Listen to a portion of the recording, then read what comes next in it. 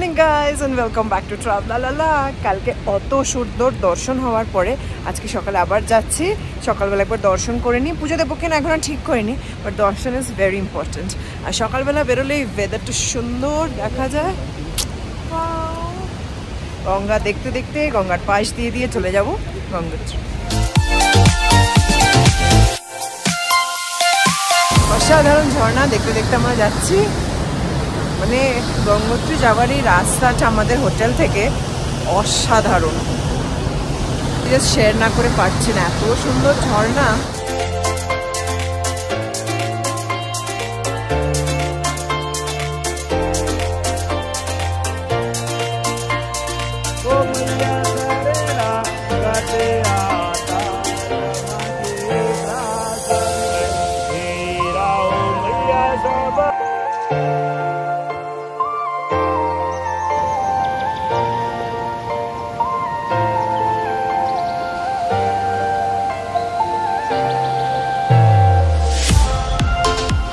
আরেকবার দর্শন করে পুজো করে এলাম।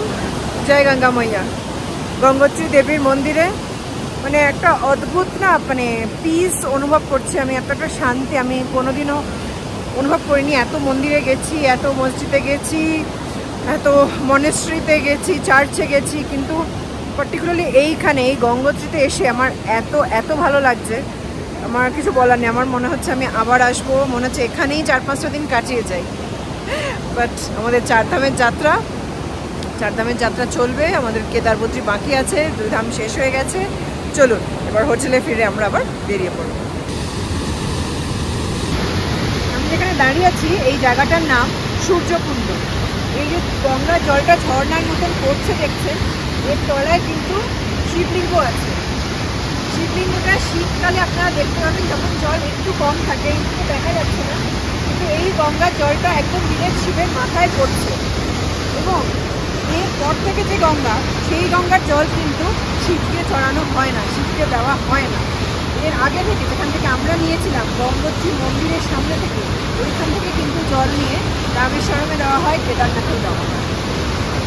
আপনি রিলিজিয়াস মাইন্ডেড হন বা না হন, এইখানটাতে এলে আপনার এমনি দেখতে সুন্দর লাগে। এবং যে পাথরগুলো দেখতে পাচ্ছেন, দেখবেন অনেকটা শেষনাগের মতন দেখতে, মনে হচ্ছে সাপের ফনা দিয়ে হয়তো শিবলিঙ্গকে গার্ড করে রেখেছে, আর ওপর থেকে গঙ্গার জলটা ঝরে পড়ছে।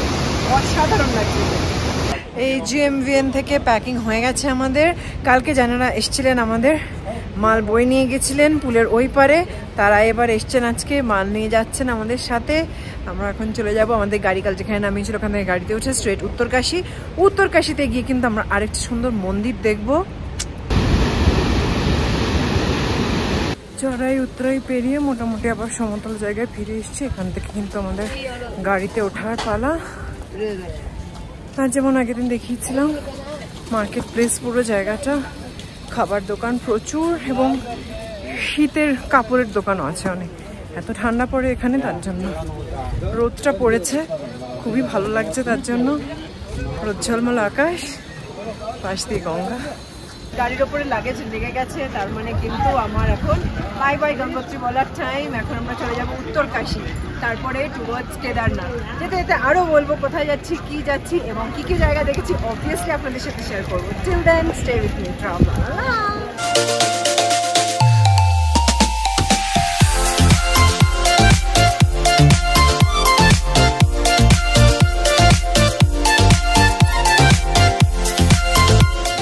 রাস্তায় একটু লাঞ্চ করে চলে এসেছি উত্তরকাশীতে, আর GMVN এর এই রেস্ট হাউসটাতে আমরা থাকবো। মাঝখানে একটু লাঞ্চ করেছিলাম, ভেজ লাঞ্চ, আর এক্সট্রা সেরকম কিছু নেই। আগের দিন যেখানে করেছিলাম ওখানে প্রায় had rice paneer, it was nice. Bhindi fry ছিল, অনেকদিন পর একটা ডিফারেন্ট সবজি খেলাম। আলু খেতে খেতে না জাস্ট জিপটা পচে যাচ্ছিল। আজকে নো ডাল নো আলু, just bhindi, it was very good. হ্যাঁ, এই চশমাটা বাবার। ইয়েস, বাবা মার সাথে ঘুরতে বেড়ানোর যে আনন্দটা। এখন ফর্মালিটিস করে ভেতরে গিয়ে আপনাদের দেখাবো রুমটা কেমন।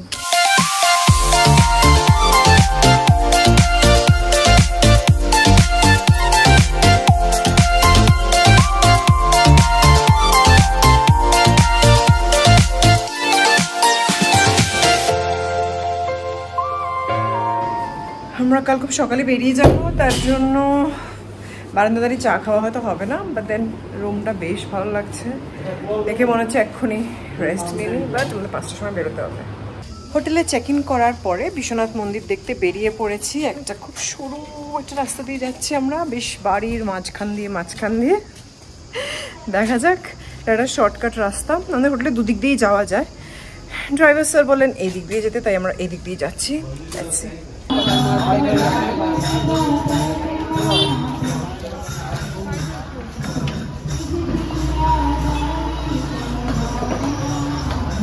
বিশ্বনাথ মন্দির দেখতে এসে কিন্তু আরো দুটো ছোট ছোট মন্দির দেখে ফেললাম, ভৈরব মন্দির, অন্নপূর্ণা মন্দির।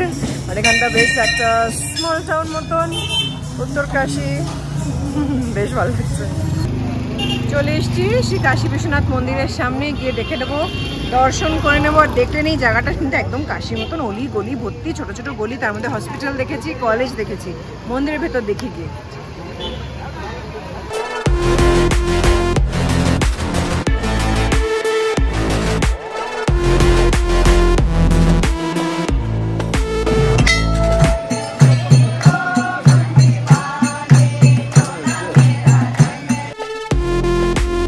কাশী বিশ্বনাথের মন্দির দর্শন করে জাস্ট বেরোলাম, ভেতরে শিবলিঙ্গ আছে, খুবই সুন্দর। এবং সব থেকে ভালো হচ্ছে এটা সিস্টেমটা, কাউকে দাঁড়াতে দিচ্ছে না, পরপর লাইন দিয়ে বেরিয়ে বার করে দিয়ে যাচ্ছে, যাতে কোনো রকম ভিড় হচ্ছে না। খুব ভালো লাগলো দেখে। এখন বাকি মন্দিরটা ঘুরে দেব। ঘুরতে ঘুরতে পেয়ে গেছে একটা অসাধারণ জিনিস, যেটা এতদিন খুঁজে পাইনি। এটা মানে এখন প্রচণ্ড প্রেশাস, সোনার থেকেও মূল্যবান আমার কাছে। ডিম, ইয়েস, এই দোকানে পেয়ে গেছি। বলে দিয়েছি অমলেট করে দিয়ে, ফটাফট অমলেট টেরে আপনাদের ছবিটা দেখাবোই। Dying to have an egg. Sorry আপনাদের না আগে থেকে দেখাতে পাইনি। চিকেন মোমো আর অমলেট পেয়ে গেছি, দুটো নিয়ে নিয়েছি আমি। চিকেন মোমো প্রায় শেষ হয়ে গেছে, সরি এতদিন পর খেয়ে যাও। ডিমটা যখন আমি খাইনি আপনাদের জন্য রেখে দিয়েছি, আপনাদের সাথে শেয়ার করবো বলে।